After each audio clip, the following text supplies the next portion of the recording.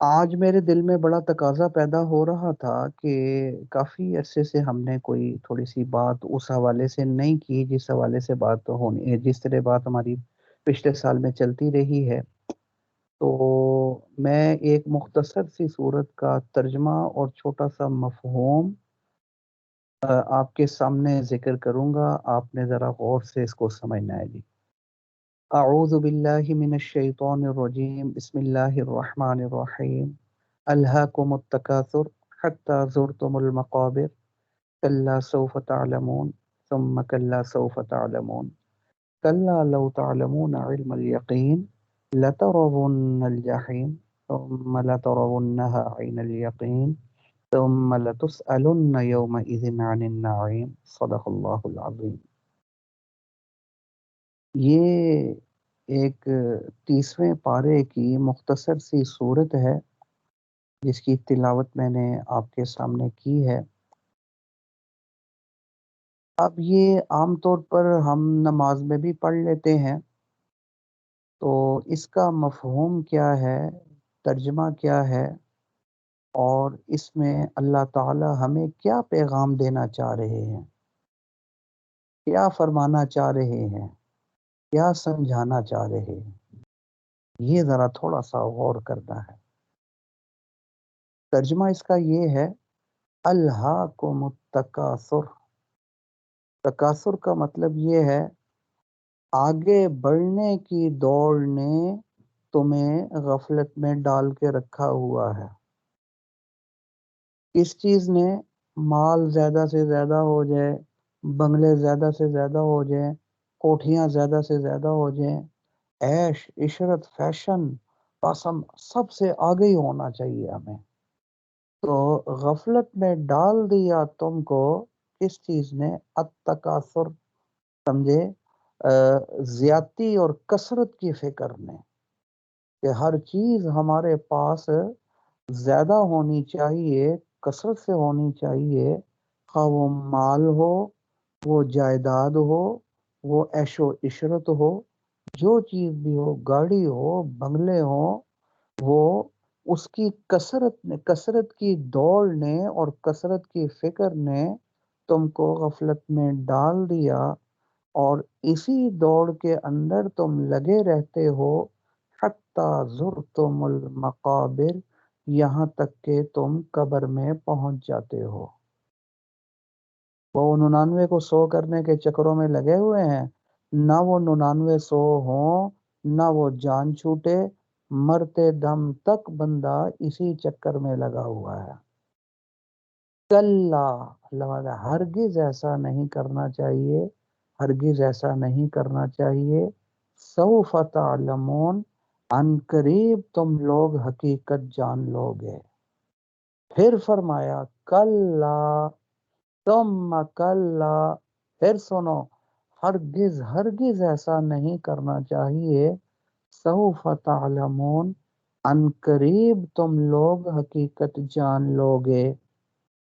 پھر تیسری دفعہ فرمایا کلا، ہرگز ہرگز ایسا نہیں کرنا چاہیے، لو تعلمون علم الیقین، کاش تم لوگ علم رکھتے ہوتے یقینی، کیا نا، تمہیں یقینی علم حاصل ہوتا، ہم نے مرنا بھی ہے، قبر میں بھی جانا ہے، آخرت میں بھی اٹھنا ہے، جنت بھی ہے، جہنم بھی ہے، حساب و کتاب بھی ہے، ادھر کے معاملات، کاش تمہیں اس چیز کا علم ہوتا اور یقین ہوتا۔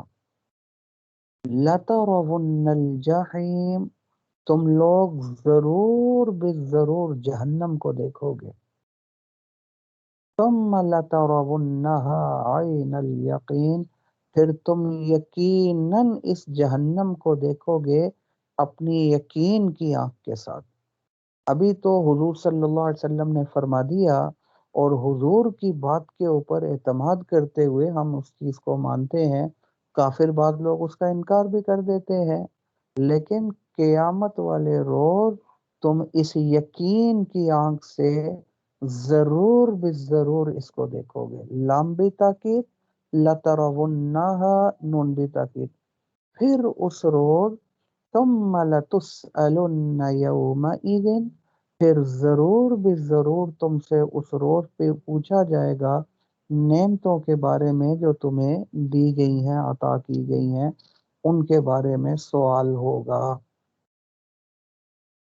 سمجھے؟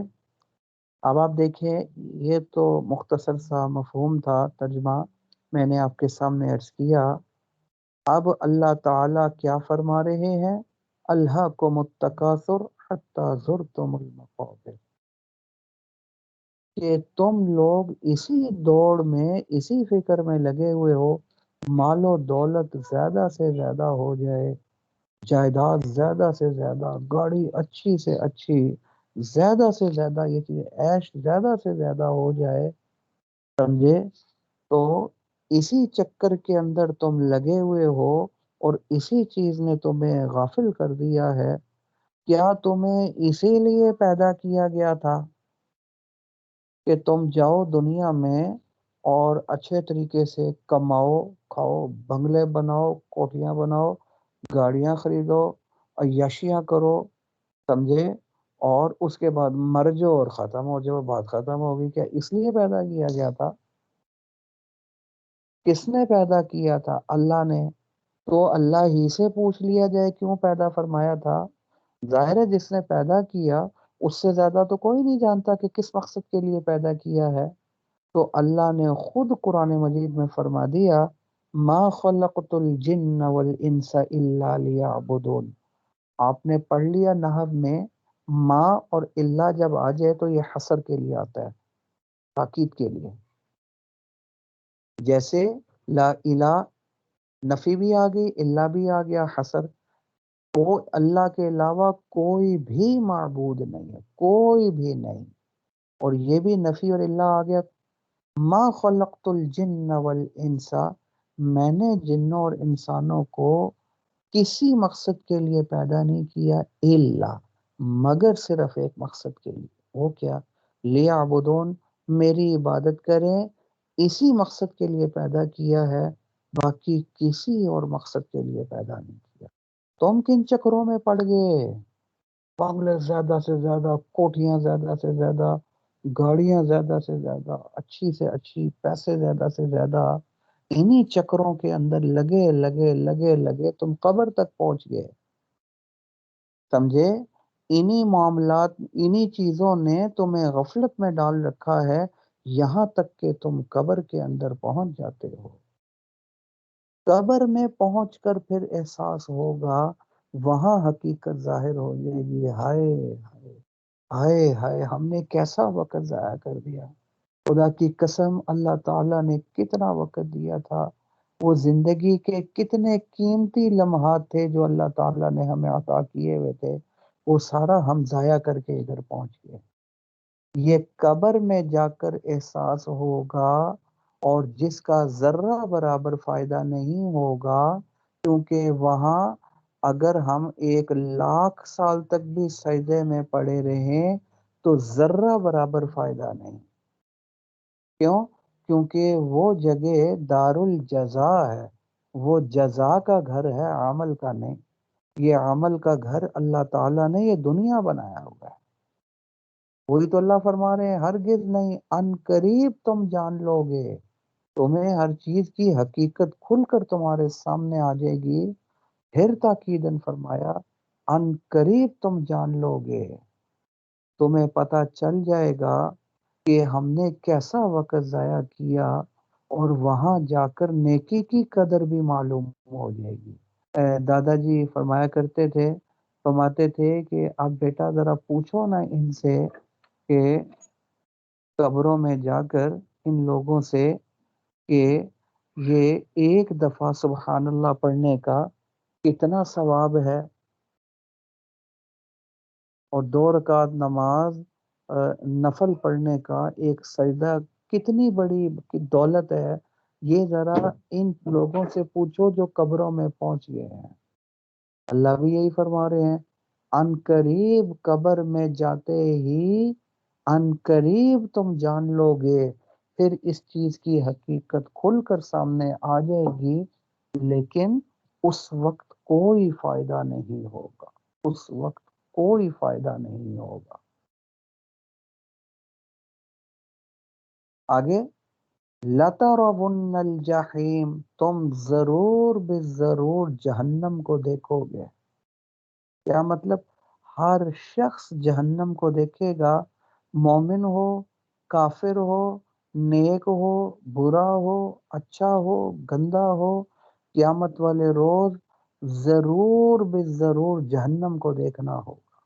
ہر شخص جہنم کو دیکھے گا، جنتی بھی جہنم کو دیکھے گا. وہ کیا ہے قرآن مجید کی آیت؟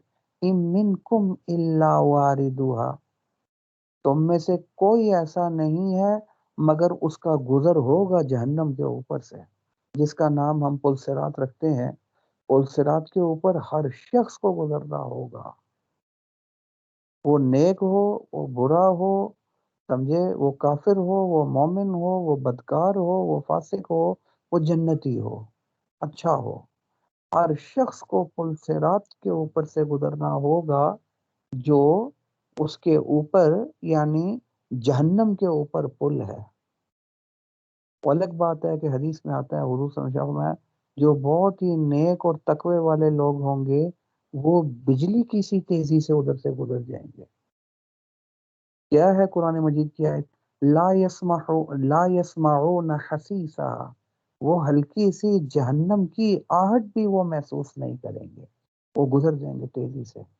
اور جو کم درجہ، جس تقوی جتنا کم کم ہوتا جائے گا پل صراط پر، اتنی ہی سپیڈ سلو ہوتی جائے گی، اتنا ہی آہستہ آہستہ گزرنا ہوگا جہنم کے اوپر سے. دیکھتا جائے گا جہنم کو اور ادھر سے گزرتا جائے گا. ہر شخص کو اس کے اوپر سے گزرنا ہوگا. ٹھیک ہے، لَتَرَوُنَّ الْجَحِيمَ. باقی ایک بات ہے کہ یہ اللہ تعالیٰ کیوں جہنم دکھلائیں گے؟ کہ جنتی کو بھی جہنم دکھلا رہے ہیں. اس کی وجہ کیا ہے؟ تاکہ جنتی جب جنت میں پہنچے تو اس کو جنت کی قدر ہو.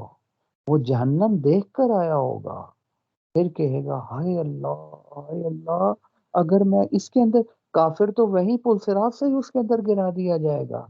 مومن خالی دیکھے گا، گرے گا تو نہیں، وہ تو وہاں سے گزر کر آئے گا.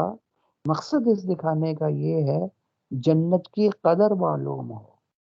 اے سی کی قدر اسی کو ہوگی جو گرمی سے اے سی میں آئے گا.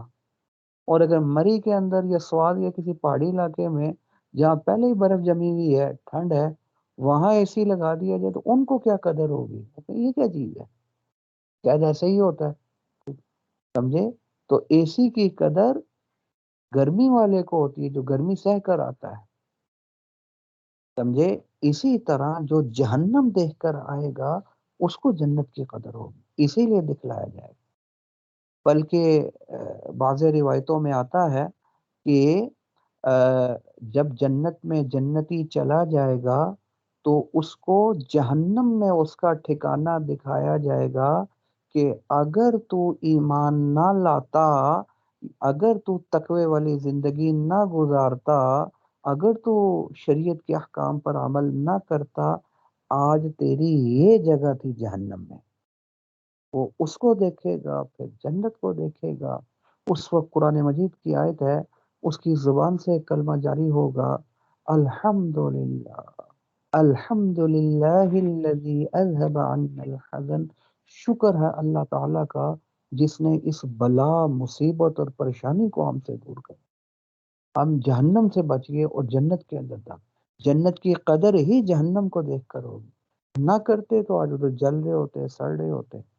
یہ اللہ فرما رہے ہیں وہ دن وہ ہوگا تم ضرور بے ضرور جہنم کو دیکھو گے. ہر شخص جہنم کو دیکھے. کوئی ایسا نہیں ہے اس روز جو جہنم کو نہ دیکھے. ثم لترونها عین الیقین، پھر تم اس جہنم کو اپنی اس یقین کی آنکھ کے ساتھ دیکھو گے، اپنی اس آنکھ کے ساتھ جہنم کو دیکھو گے. پھر تم سے سوال کیا جائے گا اس روز نعمتوں کے بارے میں جو ہم نے عطا کی ہیں. یہ بھی حدیث میں آیا، حضور صلی اللہ علیہ وسلم نے فرمایا کوئی شخص ایک قدم بھی مالدار شخص نہیں بڑھا سکے گا جب تک کہ وہ چند سوالوں کا جواب نہ دے دے، یہ مال کہاں سے کمایا اور کہاں لگایا؟ بھی حلال طریقے سے کمایا، میں نے مال سمجھے حلال طریقے سے کمایا یا نہیں کمایا؟ اچھا اگر کمایا تھا حلال طریقے، اللہ تعالیٰ نے نعمتیں دی ہوئی تھی، اس کو لگایا کدھر؟ کسی گناہ والی جگہ پر تو نہیں لگا دیا؟ صدقہ زکوٰۃ وغیرہ دیتے رہے یا نہیں دیتے رہے؟ مال کے حقوق ادا کرتے رہے یا نہیں کرتے رہے؟ جب تک ان سوالوں کا جواب نہ دے دے، ایک قدم یہ شخص آگے نہیں بڑھا سکے گا۔ پھر انہی نعمتوں میں سے ایک نعمت اللہ تعالیٰ نے زندگی بھی تو دی تھی، اس زندگی کو کہاں لگایا؟ اور یہ اتنی قیمتی دولت ہے، یہ زندگی اتنی قیمتی دولت ہے کہ صرف ایک لمحہ اگر مل جائے اور ایک لمحہ بھی ہم اللہ کی طرف متوجہ ہو جائیں اور صدقے دل سے اپنے گناہوں کی توبہ اور معافی مانگ لیں، سچے دل سے، سچی توبہ، سارے کے سارے گناہ معاف ہو جاتے ہیں۔ پردادا جی علیہ رحمہ فرمایا کرتے تھے، اللہ تعالیٰ نے مومن کو توبہ کی شکل میں ایسا بارود عطا کر دیا ہے کہ گناہوں کے پہاڑوں کے پہاڑ ہوں، سچی توبہ والا بارود مارو سب ختم۔